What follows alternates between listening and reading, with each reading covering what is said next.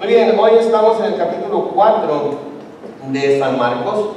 La semana pasada llegamos hasta el versículo 34 del Evangelio según San Marcos.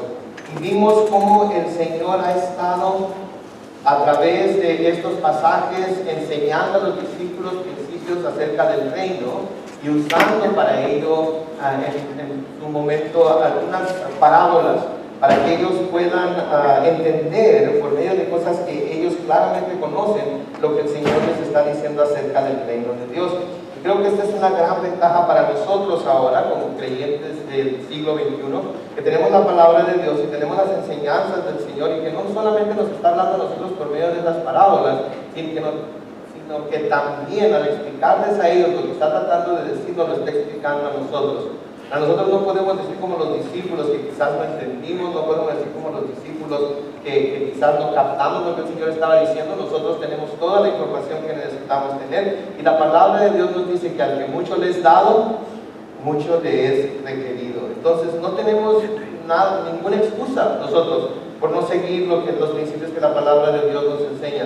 Lo único que tenemos como excusa es nuestra propia voluntad, nuestro corazón rebelde, que a veces cuando escucha lo que la palabra de Dios dice, no nos gusta como lo dice, no nos gusta lo que tenemos que hacer, no nos gusta lo que estamos viendo, y sentimos que de alguna manera nosotros, por ser nosotros, tenemos el derecho de poner la palabra de Dios a un lado y de hacer lo que nosotros queremos. Pero esto totalmente es lo contrario.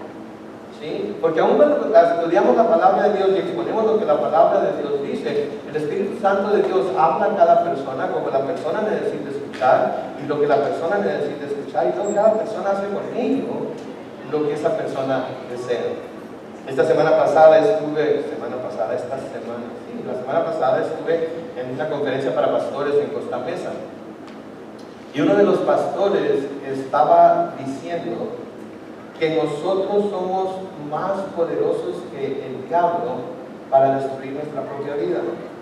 Y la razón que dio fue porque el diablo tiene que pedir permiso. El diablo tiene que pedir permiso para destruir nuestras vidas, pero nosotros no tenemos que pedirle permiso a nadie. Nosotros tenemos el libre albedrío. Nosotros vemos las cosas que Dios nos está presentando, las cosas que la vida misma nos está enseñando, y nosotros decidimos cómo vamos a hacer las cosas. Y muchas veces queremos echarle la culpa a Satanás, pero la verdad de las cosas es que no es Satanás. La verdad de las cosas es que es nuestra propia terquedad, es nuestro corazón engañoso, nuestro corazón malvado, que nos lleva a hacer un lado las cosas de Dios y cumplir con nuestra propia voluntad. Bueno, pues hoy vamos a llegar al final de ese gran día de enseñanza que el Señor ha tenido ahí en el área de Capernaum. Y todo buen maestro, después de haber dado una buena cantidad de enseñanza a sus alumnos, ¿qué es lo primero que hace después de esa enseñanza? Una prueba. Presenta una prueba. ¿Por qué? El maestro no sabe qué tanto ha captado el alumno. El alumno no sabe qué tanto ha captado del maestro, ni sabe tampoco si ha puesto la debida atención al maestro para que boom, boom, it's going, echoing really bad over here. So I don't know if you need to turn something down. Okay? Thank you.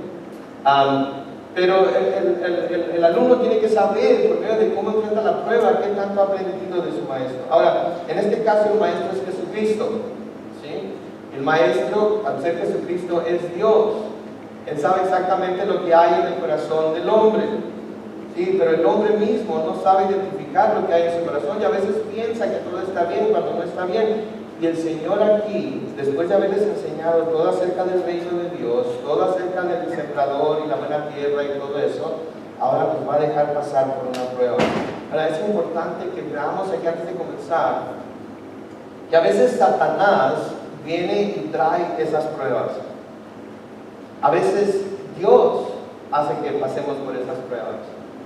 Pero no importa en realidad de dónde venga la prueba, lo que importa es cómo reaccionamos nosotros ante esa prueba. Y entonces pudiéramos argumentar aquí que Dios envió la tormenta de la cual vamos a leer para que ellos se dieran cuenta de dónde estaba su fe. Muy bien, no tiene nada de malo, no contradice en ninguna forma lo que se nos quiere enseñar. Pudiéramos decir, Satanás fue el que hizo que viniera esta tormenta y quería acabar con ellos o quería acabar con el Señor Jesucristo o lo que fuera, pero en realidad no importa. Se nos acaba de decir en la parábola del sembrador que después de que la semilla es recibida en el corazón, Satanás viene y las aves que representan a Satanás vienen y quieren llevarse la semilla. Bueno, pues las pruebas para eso están diseñadas también a veces. ¿Sí? A veces una prueba, por pequeña que sea, después de que el Señor ha sembrado su semilla en nuestro corazón, viene y como las aves de Satanás se llevan esa semilla y no dejan que esa semilla germine y produzca lo que quiere producir. Entonces, comenzando en el versículo 35 de Marcos 4, leemos aquel día, y al decir aquel día es el mismo día en el que estaba enseñando. Cuando llegó la noche les dijo, pasemos al otro lado. Entonces, el mismo día en el que les dio toda esta enseñanza, ese mismo día, al llegar ya la noche les dijo, pasemos al otro lado. Como ya hemos mencionado, había sido un largo día de ministerio, un largo día de enseñanza, había sanado a muchos enfermos, había hecho milagros, había hecho prodigios, había enseñado primero con toda la muchedumbre y luego por separado a sus discípulos diciéndoles el significado de las parábolas. Así es que sin duda él estaba cansado.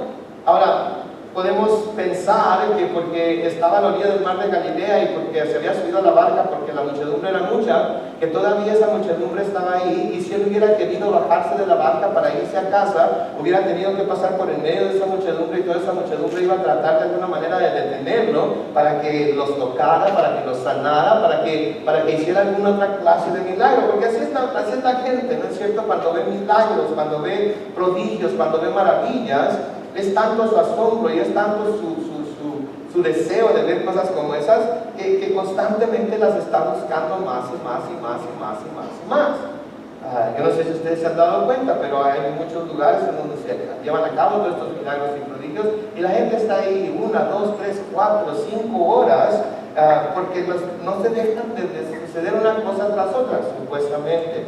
Bueno, pues entonces él, en lugar de bajarse de la barca e ir a casa por la gran muchedumbre, les dijo, ¿saben qué? Vámonos al otro lado. Ahora, algo extraño aquí, que les dijera que zarparan para llegar al otro lado cuando era ya de noche. Recuerden, en aquel tiempo no había luces, en aquel tiempo no había alumbrado, en aquel tiempo no había todas esas cosas que pudiéramos nosotros decir que existen ahora. Yo he estado en el mar de Galilea y alrededor de todo el mar de Galilea se ven luces. Las barcas que están ahí en el mar de Galilea tienen luces que pueden ir alumbrando por donde va la barca, pero ellos no los tenían. Y les dice, vamos al otro lado. El versículo 36 dice, y despidiendo a la multitud, le tomaron como estaba en la barca, y había también con él otras barcas. Pero se levantó una gran tempestad de viento y echaba las olas en la barca de tal manera que ya se anegaba, o sea, se estaba hundiendo. Algunas características del mar de Galilea, y le decimos mar porque eso es como se le ha llamado, pero en realidad es un lago. Sí, es un lago, y es el cuerpo de agua dulce que está más bajo el nivel del mar en todo el mundo. No hay otro cuerpo de agua dulce que esté más abajo del nivel del mar que el mar de Galilea. Y está rodeado de montañas también. Miren, 13 millas de largo en su parte más larga y 8 millas de ancho en lo más ancho del lago. En esta parte en la que se encontraban eran como 5 millas que iban a tener que recorrer para poder cruzar el lago de Galilea, el mar de Galilea. Entonces, comparado con la parte más larga, con la parte más ancha, era bastante menor la distancia que iban a tener que cruzar. Note que dice que lo tomaron como estaba en la barca. Jesús había estado enseñando a la multitud desde una barca a la orilla del mar. Cuando la enseñanza terminó, él no regresó a la orilla, él no fue a su casa para cambiarse de ropa, no fue para agarrar algunas cosas que pudiera necesitar, no fue a empacar algunas de sus necesidades para cosas que pudiera necesitar.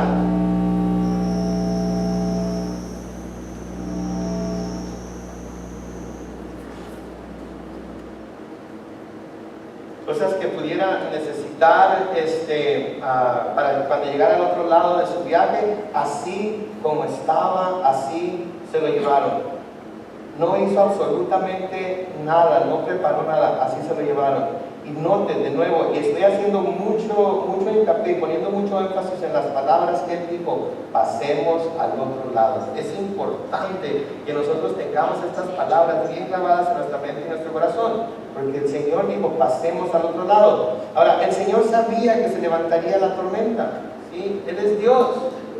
Él sabía lo que iba a suceder, pero noten que aún así permitió que ellos tuvieran que pasar por ella. Necesito que se den cuenta de eso. Todos sabemos que Dios es amor. Todos sabemos que Dios ama a sus hijos. Todos sabemos que Dios quiere dar buenas cosas a sus hijos. Todos sabemos que Dios quiere lo mejor para sus hijos. Nosotros como padres, eso es lo que queremos para nuestros hijos también. Pero aquí el Señor, aunque es todo eso, sabiendo que la tormenta se iba a levantar, Él aún así les dijo: vamos al otro lado. Él aún así permitió que ellos fueran hacia el otro lado con Él, y permitieron que ellos tuvieran que pasar por esta tormenta. Ahora, una cosa que debemos ver aquí, muy importante, es que aún cuando nos encontramos en la mera voluntad de Dios, vienen tormentas en nuestra vida. ¿Escucharon eso? Aún cuando estamos en medio de la mera voluntad de Dios, cuando estamos en donde Dios quiere que estemos, cuando estamos en el centro de esa perfecta voluntad de Dios, vienen tormentas a nuestra vida. No porque estamos en la voluntad de Dios quiere decir que no van a venir tormentas a nuestra vida, ¿sí? Estando en la voluntad de Dios, vienen tormentas a nuestra vida. Y es necesario que entendamos eso, porque muchas veces creemos que mientras nos encontremos en la mera voluntad de Dios, no va a pasar absolutamente nada que vaya contra nuestros planes, que vaya en contra de todo el bien que queremos, que vaya en contra de todos los beneficios y bendiciones que nosotros necesitamos en nuestras vidas. Y eso no es verdad. Warren Wiersbe escribe en su comentario acerca de Marcos, dice: Jonás terminó en una tormenta debido a su desobediencia, pero los discípulos se metieron en la tormenta debido a su obediencia hacia el Señor. Estaban siendo completamente obedientes a Dios. No le dijeron: Señor, pero es que ya es de noche, no vamos a saber hacia dónde vamos. No le dijeron: Señor, pero es que se siente un viento caliente aquí, y pudieran por encima de las montañas venir vientos fríos, y si esos dos vientos se juntan van a causar una tormenta perfecta que pudieran levantar olas altísimas que pudieran en un momento dado hundir la barca. No le replican, no le piden explicaciones, no le dan razones por las cuales no deberían de zarpar. Ellos son 100% obedientes, y terminaron ¿en dónde? En medio de una gran tormenta. En medio de una tormenta que estaba tan fuerte que aún personas que estaban acostumbrados a navegar el lago de Galilea, personas que estaban acostumbradas a las condiciones climatológicas del lugar, personas que tenían experiencia en navegar esas barcas como Pedro, Juan, etcétera, etcétera, se asustaron. Es importante que nosotros como cristianos veamos esto, porque hay gente que cree que las tormentas y pruebas solo se presentan cuando estamos siendo desobedientes a Dios, o cuando estamos haciendo algo contra su voluntad. Y a veces preguntamos, ¿no es cierto?, cuando estamos pasando por alguna tormenta: Señor, ¿qué hice? Señor, ¿qué pecado estoy cometiendo? ¿Qué pecado cometí? ¿Por qué me estás castigando de esta manera? Y hasta acusamos a Dios de que nos está castigando por medio de esa tormenta, porque nosotros estamos segurísimos que estamos dentro de su voluntad. Y empezamos a acusar a Dios. Yo lo he hecho. Cuando era más joven y vivía con mi mamá y hacía alguna estupidez, me acuerdo que mi mamá a veces clamaba al cielo: Señor, pero ¿qué mal hice para merecer esto? ¿Alguna vez ha sucedido eso en sus vidas? Que algo está sucediendo y Señor, ¿qué hice para que me castigues de esta manera? Dime y lo cambio ahorita inmediatamente, pero ya quiero que esta tormenta termine, por favor, ya no soporto más. Siento que me estoy ahogando. Pero ¿saben qué? Dios es soberano. Si Dios quiere que pasemos por una tormenta, si está en nuestro beneficio que pasemos por una tormenta, Dios nos va a permitir pasar por esa tormenta. No porque hayamos hecho algo malo, no porque no estemos en la plena voluntad de Dios, no porque no estemos siendo obedientes. Es porque nuestra fe tiene que ser probada para que nosotros mismos nos demos cuenta de qué tan fuerte o débil es. Entonces, aun cuando nos encontramos en la plena voluntad de Dios, las tormentas vienen. ¿Y saben qué? Aun cuando sepamos que estamos en la plena voluntad de Dios, las tormentas son aterradoras, ¿no es cierto? ¿Qué tanto más aterradoras no deberían ser cuando sabemos que la tormenta por la que estamos pasando, la estamos pasando por nuestra propia culpa, porque no estamos en la voluntad de Dios, porque estamos desobedeciendo a Dios, porque estamos haciendo lo que a nosotros nos parece bien, lo que nosotros queremos hacer y no siguiendo la voluntad de Dios? Ese es cuando debería de darnos más temor. Pero hay veces en las que sabemos que la tormenta por la que estamos pasando viene de nuestra propia mano, de nuestra propia imprudencia. Y en lugar de desistir de hacer lo que estamos haciendo y de ir a Dios a arrepentirnos y pedir perdón y decir, Señor, por favor, lo entiendo. Decidimos seguir tratando, como dice mi papá, de cubrir el sol con un dedo, de taparle el ojo al macho, de hacer como que nada está pasando y no reconocer nuestra situación, de no reconocer que es por nuestra propia culpa. Pero Dios permite que las tormentas pasen. Ahora noten el versículo 38, dice, y él estaba en la popa, la parte de atrás de la barca, durmiendo sobre un cabezal. Y le despertaron y le dijeron, Maestro, ¿no tienes cuidado que perecemos? Noten, aquí vemos una vez más la verdadera humanidad de Jesús. Está tan cansado físicamente que tiene que tomarse un descanso en la barca. Ahora, cuando está hablando de un cabezal, no está hablando de una almohada de plumas de ganso. Está hablando de algún banquito que estaba por ahí sobre el cual pudo recostar la cabeza. Quizás puso parte de su vestido sobre él para poder descansar, pero estaba tan cansado que ni siquiera le preocupaba eso. Lo que él quería era dormir. Se cansó. Y cuando tenía tiempo, cuando podía, dormía. ¿Por qué? Porque era un hombre igual que ustedes y que yo. Era 100% ser humano. De nuevo, otra cosa que muchas veces como cristianos se nos olvida. Porque lo conocemos como el Hijo de Dios.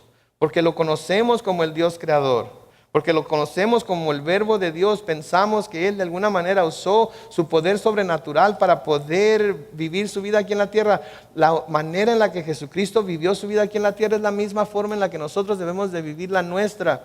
Es confiando en Dios y dependiendo completamente de Él y de nada ni nadie más. Dependiendo completamente de Él y de nada y de nadie más. Ahora, estaba dormido. Estaba tan dormido como vamos a ver que ni siquiera estaba sintiendo la tormenta. No se estaba haciendo que estaba dormido. Estaba dormido. Ahora, pregunta, ¿creen ustedes que Jesús hubiera podido tener algo por qué preocuparse esa noche que le pudiera quitar el sueño? Digo, piensen en todo lo que ha sucedido hasta ahorita, lo que hemos visto en los primeros 4 capítulos hasta este punto, de todo lo que le estaba pasando al Señor Jesús. ¿Creen que hubiera podido tener preocupaciones que no le hubieran dejado dormir? ¿Piensa en usted que esas preocupaciones lo hubieran podido mantener despierto? Déjeme sugerirle algunas cosas por las que quizás Jesús se hubiera podido preocupar. Se hubiera podido preocupar por los líderes religiosos y políticos que estaban haciendo planes contra él. Después sabemos que era para matarle. Que se le estaban oponiendo a cada paso que daba, a cada cosa que hacía. Estaban cuestionando sus motivos. Estaban diciendo que lo que hacía lo hacía por el poder de Belcebú, que era el diablo. Estaban diciendo que estaba quebrantando la ley de Moisés. Estaban acusándolo de todo tipo de cosas. ¿Creen que eso le hubiera podido quitar el sueño? ¿Qué tal preocuparse por su propia familia? Que pensaban que estaba fuera de sí, que decían que estaba loco, que no creían en él, que no le daban la credibilidad que él hubiera deseado, que lo hacían a un lado y lo juzgaban de loco. ¿Qué tal preocuparse por las multitudes que venían a él, que a veces eran tan abrumadoras, y las necesidades con las que venían a él?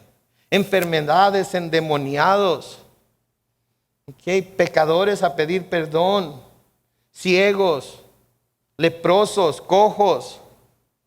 Todas esas cosas, ¿usted cree que quizás le preocuparían? Él se podía haber preocupado sobre los discípulos que él había escogido.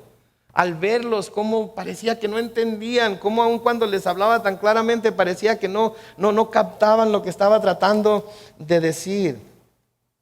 ¿O qué tal el preocuparse sobre su futuro? Porque él sabía que en los próximos 2 años, 2 años y medio, iba a tener que llegar a su destino final aquí en la tierra, que era la tortura, la cruz, la muerte. Yo creo que tenía mucho de qué preocuparse. Y con todas estas cosas que él tenía para preocuparse, Jesús no estaba preocupado. Jesús ni siquiera estaba preocupado por la tormenta por la que sus discípulos iban a tener que pasar en unos momentos. Él se durmió en la barca. Pudo descansar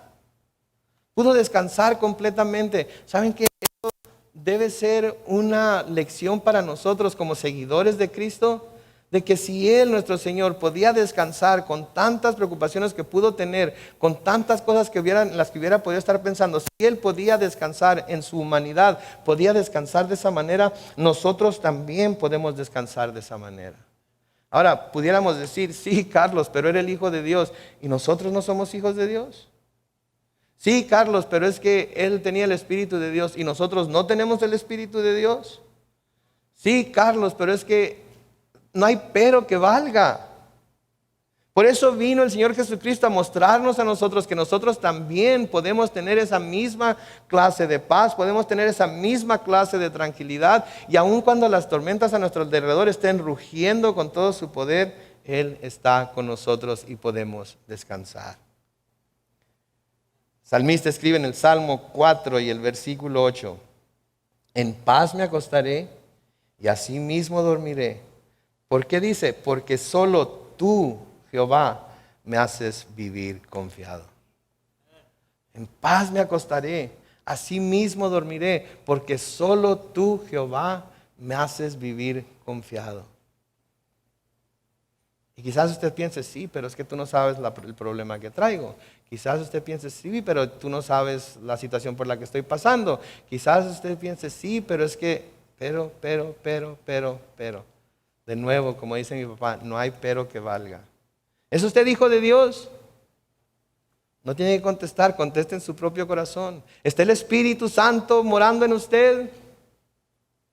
¿Tiene usted confianza en que si Dios, como a los discípulos les dijo, vamos al otro lado, Él los va a llevar al otro lado? Entonces, ¿por qué pierde sueño? ¿Por qué no se abandona a los brazos de su Padre Celestial y dice, Señor, no puedo agregarle a mi estatura ni un codo por más que me preocupe? Créame, no se puede. He estado preocupándome por mi estatura durante toda mi vida y no he podido agregarle un codo. Estoy igual de chaparrito y curiosito que siempre. Lo único que se hace es que se convierten los cabellos en canas, se llena de arrugas la cara, come uno demasiado y empieza, o no come lo suficiente y se enferma. Déjelo en las manos de Dios. Estoy seguro que su almohada está mucho más cómoda que el cabezal sobre el que estaba acostado nuestro Señor Jesucristo. Descanse en sus brazos. Descanse en la fe que Él ha puesto en su corazón en Él, en su confianza en Él. Y diga como el salmista, en paz me acostaré y asimismo dormiré, porque solo tú, Jehová, me haces vivir confiado. Y entre más pronto crea esto, entre más pronto lo ponga en práctica, más va a dormir, más va a descansar. Su cutis va a recibir el descanso que necesita y va a hacerse más joven y no más viejo. Es que descanse en Dios, repose en Él. ¿Qué es lo peor que puede pasar? Haga una lista. ¿Qué es lo peor que puede pasar si esto sigue como va? Vamos a llevarlo hasta el final. Se va a morir. ¿Es Cristo su Salvador? ¿A dónde se va a ir en cuanto muera? Tons. ¿Y cuántas pruebas, cuántas hemos pasado ya en donde no ha llegado la muerte? ¿Y qué sucede? Seguimos adelante, ¿no es cierto? Entonces, ¿para qué perder el sueño? Hay que confiar en Él. Pero ellos, Él está todo dormido, Él está descansando, Él está cansado, pero ellos, ¿qué hacen cuando se ven a sí mismos en medio de la tormenta? Van y lo despiertan y le dijeron: Maestro, ¿no tienes cuidado que perecemos? En otras palabras, ¿no te importamos? ¿No te importa que vamos a morir? ¿No te importa que la barca se está hundiendo? ¿No te importa? Wow. Ahora de nuevo, ellos estaban recibiendo la enseñanza por primera vez. Ellos podían decir: ¿qué no te importa? Porque saben que Jesús todavía no había muerto. Ellos todavía no entendían hasta dónde estaba Él preparado a llegar por amor a ellos. Pero nosotros sí sabemos hasta dónde estuvo preparado Jesús a llegar por amor a nosotros, ¿no es cierto?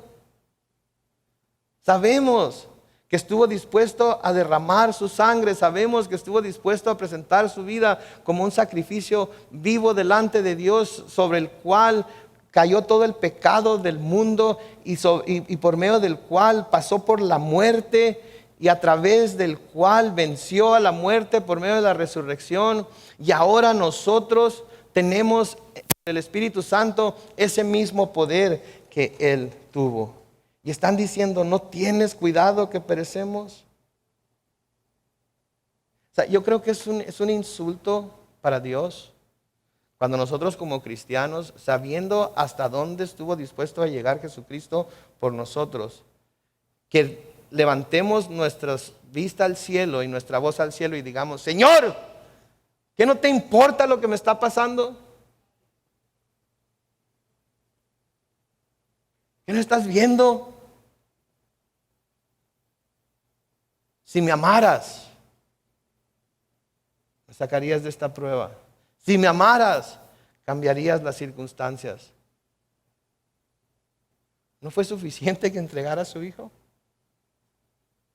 ¿No fue suficiente que lo dejara sufrir por mis pecados? ¿No fue suficiente que lo dejara pasar por la muerte para mostrarme que tanto me amó y me ama el Señor?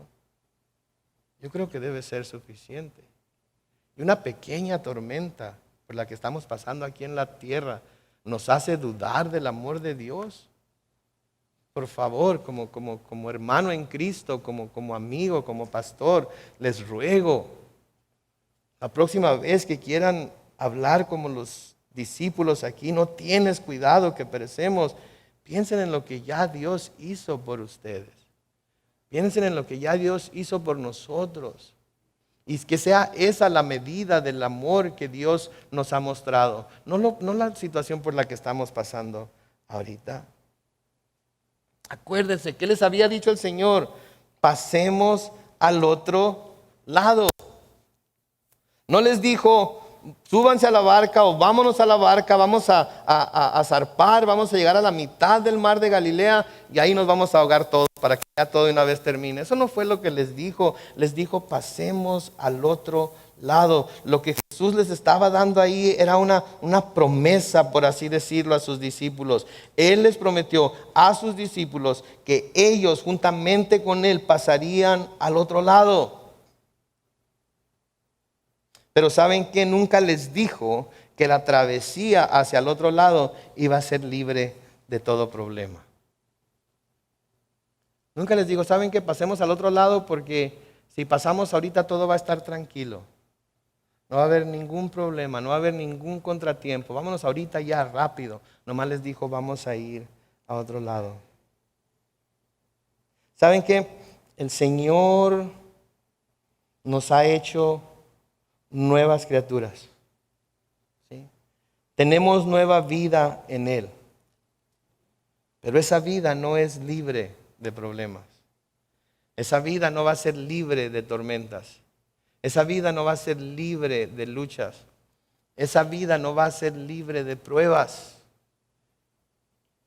Mientras estemos en esta tierra, en estos cuerpos pecaminosos, Es necesario que pasemos por pruebas, porque esas pruebas nos revelan a nosotros mismos nuestro corazón. Dios ya conoce nuestro corazón. A Dios ninguno de nosotros lo puede engañar. Nos podemos engañar los unos a otros. Podemos aparentar que somos más santos de lo que somos. Podemos aparentar que somos más dedicados a Dios de lo que somos. Podemos nosotros engañar a la gente y hacer parecer que tenemos más devoción a Dios de la que tenemos, que somos más obedientes de lo que verdaderamente somos. Pero a Dios no lo podemos engañar. Él nos conoce. Y cuando nos permite pasar por pruebas es para que nosotros nos podamos conocer a nosotros mismos. Y podamos decir, híjole, nunca pensé que presentado con una prueba como eso, yo hubiera respondido de esa manera. Yo pensé que iba a responder más como Cristo y no como Pedro. ¿Verdad? Cristo, cuando era bofeteado, cuando se le insultaba, él no respondió, no insultó. Pedro inmediatamente sacó la espada y le arrancó la oreja al siervo del sacerdote, ¿se acuerdan? A Cristo lo acusaban y le decían, no tienes nada que decir, y no abría la boca. A Pedro lo acusaron de seguir a Cristo, y ¿qué hizo? Lo negó. No sabes de lo que estás hablando, yo ni lo conozco. Nunca he estado con Él. Y a veces las pruebas revelan eso en nuestro corazón. A veces las pruebas nos hacen ver que tenemos todavía demasiado de Pedro y no suficiente de Cristo. Y la única manera en la que vamos a tener menos de Pedro y más de Cristo es si diariamente morimos a nosotros mismos y dejamos que Dios, por medio del Espíritu Santo, obre en nosotros y quite las cosas que debe quitar. Pero nunca debemos de creer que porque estamos pasando por una prueba el Señor no le importamos, el Señor no nos ama o no está con nosotros. Lean conmigo lo que describe el profeta Isaías en Isaías 43:2, en donde escribe, cuando, y la palabra cuando va a estar 2 veces aquí en este versículo, yo la subrayaría si fuera ustedes, porque no dice si algún día pasas por las aguas, pero cuando pases por las aguas, lo que implica que vamos a pasar por las aguas. Yo estaré contigo. Y si por los ríos, no te anegarán. Cuando pases por el fuego, no te quemarás, ni la llama arderá en ti. ¿Se fijan en la promesa que está haciendo aquí el Señor? La promesa de Dios es que mientras estemos en esta vida vamos a pasar por las aguas. Mientras estemos en esta vida vamos a pasar por el fuego. Pero nos dice que no debemos preocuparnos porque Él estará con nosotros. Y porque Él está con nosotros, las aguas no nos anegarán. Y porque Él está con nosotros, la llama no arderá en nosotros. Vamos a sentir que el agua nos llega hasta la barbilla quizás. Obviamente a uno nos va a llegar más rápido que a otros, ¿verdad? Pero nos va a llegar. Y aun cuando sintamos que estamos pataleando lo más que podemos y no podemos mantenernos sobre el agua, ¿saben qué? Tenemos que simplemente descansar en nuestro Señor y saber que Él está ahí para, como Pedro, a tomarnos de la mano y levantarnos. Y si estamos pasando por el fuego, vamos a tener las llamas a nuestro alrededor, así como Sadrach, Mesach y Abednego en el horno de fuego. Pero saben que las llamas no nos van a tocar a nosotros y ni siquiera vamos a oler a quemado una vez que hayamos salido de la prueba de fuego. Pero estos discípulos dicen, maestro, ¿no tienes cuidado que perecemos? Y así nos sentimos también nosotros de vez en cuando las cosas se ponen, como dice mi mamá, color de hormiga en nuestra vida, ¿no es cierto? ¿Qué no te importa, Señor? ¿Qué no te importa? Escuchen lo que dice nuestro Señor Jesucristo en Mateo capítulo 10, los versículos 28 al 31. No temáis a los que matan el cuerpo, mas el alma no pueden matar. Temed más bien a aquel que puede destruir el alma y el cuerpo en el infierno. Escuchen el versículo 29. ¿No se venden 2 pajarillos por un cuarto? Con todo, escuchen esto, ni uno de ellos cae a tierra sin vuestro Padre. Pues aún vuestros cabellos están todos contados. Así que no temáis, más valéis vosotros que muchos pajarillos. Fíjense ustedes lo que está diciendo aquí el Señor. Los pájaros que se venden por un cuarto, que era una fracción de centavo, Dios sabe cuando uno de ellos cae del cielo. Dios se da cuenta de ello. Y pónganse a pensar en esto. Dice, aún vuestros cabellos están todos contados. ¿Cree usted eso? Que sus cabellos son contados por Dios. Ahora, a algunos le lleva más tiempo contarlos que a otros, ¿verdad? Pero nuestros cabellos están contados por Dios. Y si se preocupa por contar nuestros cabellos, ¿no se va a preocupar por lo que estamos pasando? ¿No está preocupado por las situaciones por las que pasamos, por las pruebas, por las tormentas por las que tenemos que atravesar? Claro que se preocupa, porque ahí mismo dice en el versículo 31, no temáis, más valéis vosotros. Noten, no dicen que un pájaro, dice que ¿qué? Que muchos pajarillos. Entonces, si los pájaros son cuidados así por Dios, nosotros que valemos mucho más que muchos pajarillos, ¿no nos va a cuidar de la misma manera? Claro que lo va a hacer. Dios permite que las pruebas lleguen a nuestra vida, pero también tenemos la seguridad de que Él está con nosotros para ayudarnos a pasar por esas pruebas, para tomarnos de la mano, para ir con nosotros. Y sí va a parecer a veces que las pruebas son demasiado, sí va a parecer a veces que nos estamos ahogando, sí vamos a sentir el calor de las llamas, pero ¿saben qué? De acuerdo a las palabras de nuestro Señor, esa agua jamás nos va a anegar, esas llamas jamás nos van a tocar, no vamos a sentir el dolor de ellas porque Él está con nosotros. Pablo le escribe a Timoteo en 2 de Timoteo capítulo 1 y el versículo 7, porque no nos ha dado Dios, ¿qué? Espíritu de cobardía, sino de poder, de amor y de ¿qué? Dominio propio. ¿Qué quiere decir dominio propio? Tenemos control sobre nosotros mismos, sobre nuestras emociones, sobre nuestros sentimientos. Somos templados. ¿Sí? Podemos sentirnos desesperados, pero tenemos control sobre ese sentimiento. Podemos sentirnos como que estamos ahogándonos, pero tenemos control sobre ese sentimiento. ¿Sí? En el océano, cuando hay lo que se llama riptides o corrientes muy fuertes, ¿sí? A veces la gente que se ahoga, ¿saben por qué se ahoga? Porque está atrapada en un riptide y su primer instinto es salir hacia enfrente. Salir hacia enfrente, lo más pronto que puedan, nadar para enfrente, patalear hacia enfrente, tratar de tocar el suelo y empujarse hacia enfrente. Pero ¿saben lo que está sucediendo? Los riptides están por abajo de las olas del mar. Y cuando alguien trata de nadar hacia enfrente, los riptides lo único que hacen es jalarlo más hacia adentro. ¿Saben lo que dicen los salvavidas que debemos hacer cuando estamos en uno de esos riptides? Debemos de nadar a un lado y hacia afuera, poco a poquito. ¿Y saben qué? Tarde o temprano se salen del riptide, van a poder poner sus pies sobre la tierra y van a poder salir y no se van a ahogar. ¿Saben que nosotros tenemos el mejor salvavidas del mundo? Y no nos dice cómo debemos hacerle, Él va y nos saca del riptide mero. Nos espera.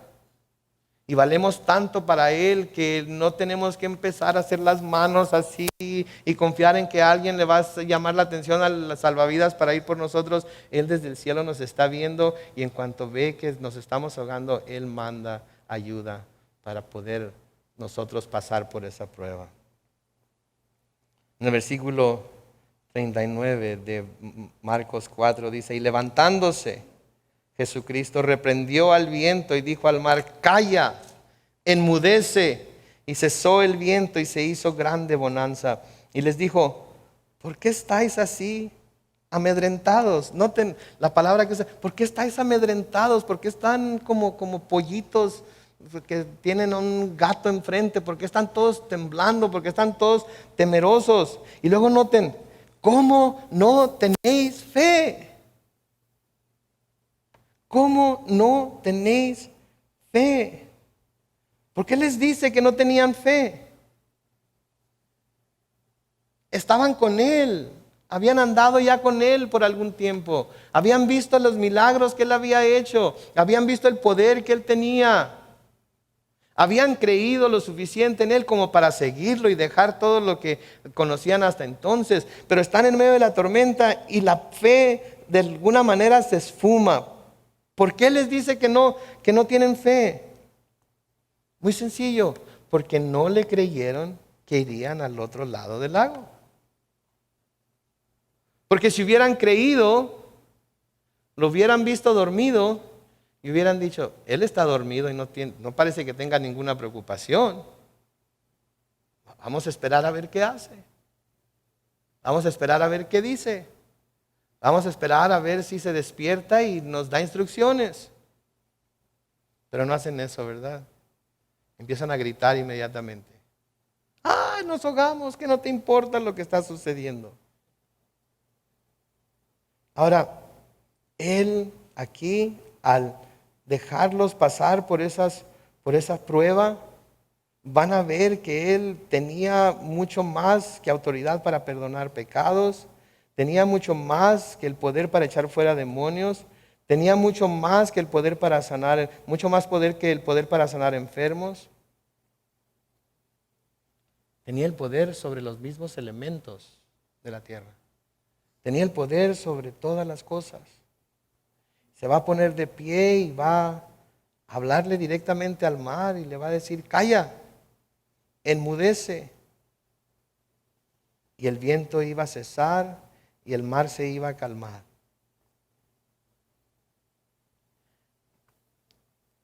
¿Queremos ver que Dios haga ese tipo de milagros y de obras en nuestra vida? Tenemos entonces que estar dispuestos a pasar por las tormentas.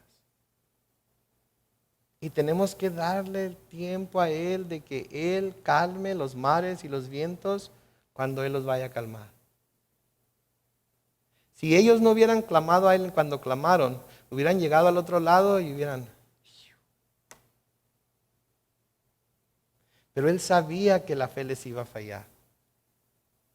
Y al su fe fallar, Él iba a tener una oportunidad más de manifestar su poder. Les convino a ellos que pasaran por la tormenta. Porque se dieron cuenta y fueron amonestados por Él por la falta de fe, pero les dio una razón más para poner su fe en Él. Así sucede con nosotros también. ¿Sí? Nos deja que pasemos por la tormenta. Y en nuestro estado de debilidad y cuando nos falta la fe, clamamos a Él. Y Él logra dos objetivos con la tormenta. Una, revelarnos el estado de nuestro corazón y también la oportunidad de manifestar una vez más su poder. En el versículo 41 noten que dice, entonces temieron con gran temor y se decían el uno al otro, ¿quién es este que aún el viento y el mar le obedecen? Se llenaron de temor, pero un temor de admiración, se llenaron de un temor que no un temor así de que tenían miedo de que Él fuera a hacer algo, sino un temor de encontrarse en la presencia de alguien que tenía ese tipo de poder. Y saben que cada vez que Dios nos ayuda a pasar por otra prueba, cada vez que Dios nos ayuda a pasar por otra tormenta, cada vez que Dios nos revela nuestro corazón de esa manera y que Él revela su poder a favor de nosotros, saben que esta debe ser la misma reacción que nosotros debemos tener. Si debemos de asombrarnos y decir, ¿quién es este que aún en esta situación que parecía que era invencible, que nunca iba a lograr tener éxito sobre ella, que nunca iba a lograr salir de ella, quién es este que está conmigo, que ha podido llevarme aún a través de todo ello? Porque el momento que perdemos el asombro acerca de la presencia de Dios en nuestras vidas es cuando empezamos a transigir en nuestra manera de vivir. Porque se convierte la presencia de Dios en nuestras vidas como algo común, como algo que ya no nos asombra. Y cuando alguien nos dice, cuando estamos en medio de las tormentas, Dios está contigo, decimos, sí, yo sé que Dios está conmigo, pero ¿sabes que cuando llegamos a tener esa actitud, de que, Dios está conmigo. Sí, ya sé, pero estamos en un lugar muy peligroso. Porque hemos perdido el asombro de la presencia de Dios en nuestra vida, del interés que Dios tiene por nosotros, del amor que Dios tiene hacia nosotros, de los límites a donde está dispuesto Dios a llegar por manifestar su poder a nuestro favor y de ayudarnos en esas pruebas. Entonces debemos estar asombrados. Cuando estamos pasando por la prueba, decir, Señor, ok, ¿qué me quieres enseñar? ¿Qué estás tratando de revelarme? ¿Hay algo en mi vida que debe cambiar? ¿O simplemente me estás dejando pasar por esta prueba para fortalecer mi fe? Mientras estamos en medio de la prueba, aferrarnos a Dios. Señor, tu palabra dice que aun cuando pase por las aguas no me van a anegar, que aun cuando pase por el fuego las llamas no me van a tocar. Señor, ayúdame a seguir adelante, ayúdame a no dar marcha atrás, ayúdame a creer no solamente en ti, sino a creer tu palabra de que tú me ayudarás a llegar al otro lado. Y una vez que pasemos por la prueba, decir, Señor, ¿qué clase de Dios eres? Y hasta esto que parecía jamás iba a vencer, con tu ayuda lo he vencido. Debemos de mantener ese asombro.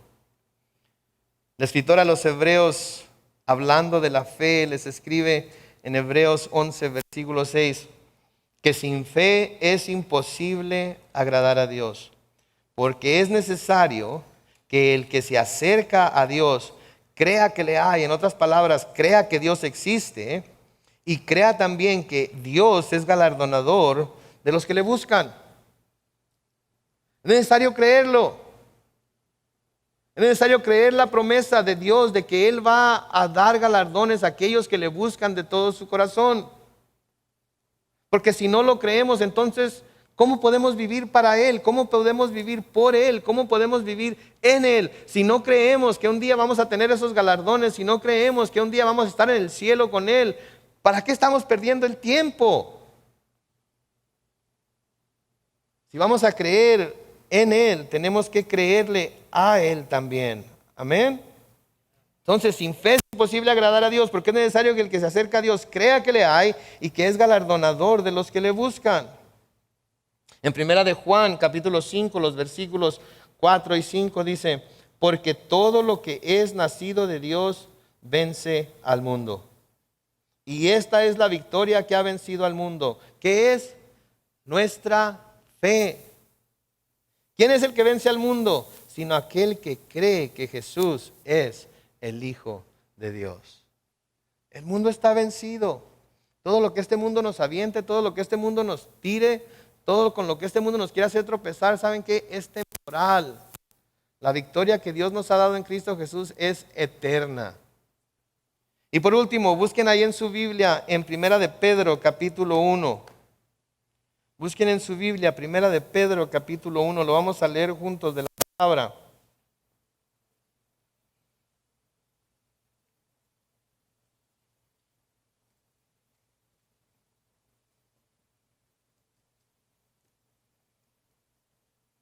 Comenzando con el versículo 3. El apóstol Pedro escribe aquí lo siguiente.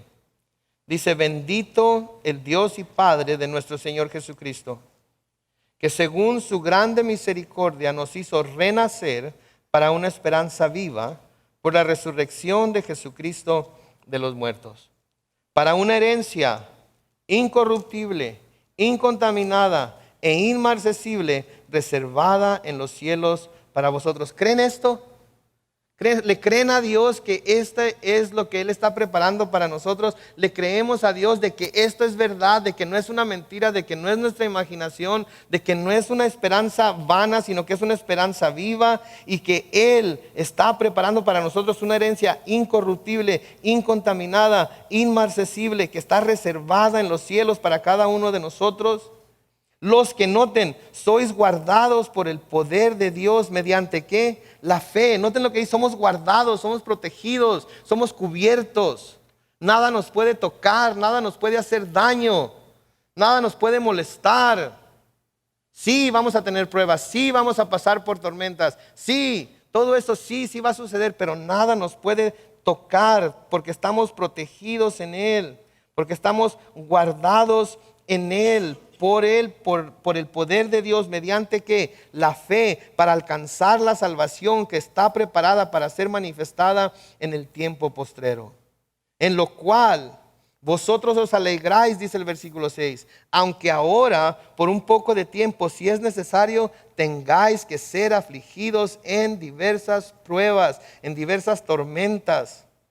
¿Sí? ¿Para qué? Para que sometida a prueba vuestra fe, que es mucho más preciosa que el oro, el cual aunque perecedero se prueba con fuego, sea hallada en alabanza, gloria y honra cuando sea manifestado Jesucristo, a quien amáis sin haberle visto, en quien creyendo, aunque ahora no lo veáis, os alegráis con gozo inefable y glorioso, obteniendo el fin de vuestra fe, que es que es la salvación de vuestras almas. Noten, el fin de nuestra fe no es jamás pasar por pruebas. El fin de nuestra fe no es jamás tener que pasar por tormentas. El fin de nuestra fe es la salvación de nuestras almas. Y eso está seguro porque está guardado en Cristo Jesús y en nadie ni en nada más. La pregunta es, ¿lo creemos? ¿Le creemos o no? Porque si le creemos y lo creemos, el Señor nos ha dicho, súbanse a la barca y vamos al otro lado. ¿Y saben qué? Pase lo que pase en el trayecto, ¿saben qué va a suceder? Vamos a llegar al otro lado. Porque fiel es quien lo promete y Él también lo hará. Amén.